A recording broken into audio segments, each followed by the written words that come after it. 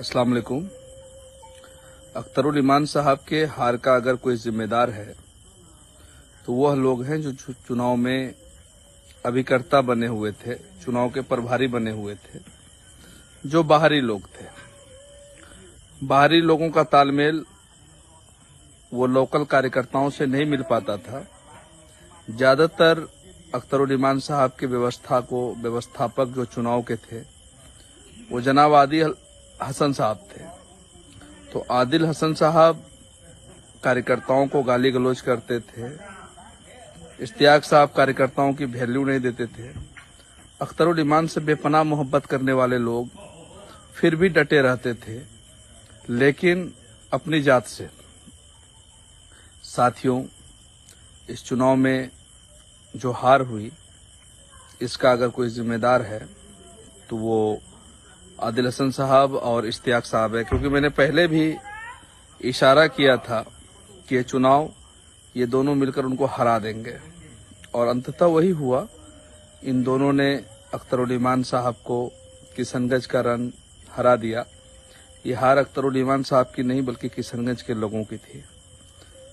तो जाहिर सी बात है कि मैं कई बार इस बात को कहा था कि इन लोगों के पास डिसिप्लिन नहीं है, ये लोग किसी से अच्छे से बात नहीं करते हैं, इन लोगों को तहजीब और तमीज की पढ़ाई पढ़ने की ज़रूरत है, और बात करते हैं तो मवाली अंदाज में करते हैं।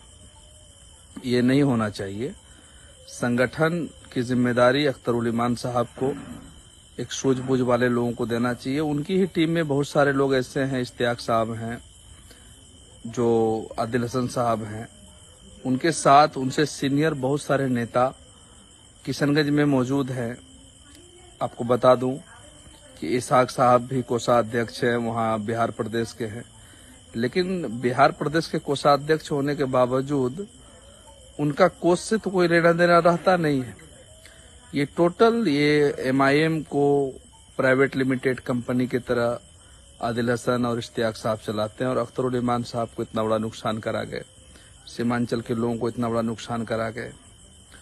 तो मैं इस वीडियो के माध्यम से सीमांचल के तमाम अख्तरुल ईमान साहब को चाहने वाले लोगों को ये बताना चाहता हूँ कि आप भी इस बात को समझने का प्रयास करें। और आप लोग पूछ रहे थे हार का कारण, तो हार का कारण मेरी नज़रों में, मेरे लोगों के नज़रों में, कार्यकर्ताओं के नज़रों में वो एक नंबर आदिल हसन साहब जो बाहरी हैं, वो आकर यहाँ पर कहते हैं ना कि बाराती बाहर के हो सकते हैं, गिधारिन नहीं। ये गिधारिन बाहर के थे, ये मैनेजमेंट करने वाले लोग बाहर के थे, और कई लोगों को गाली गलौज करते थे।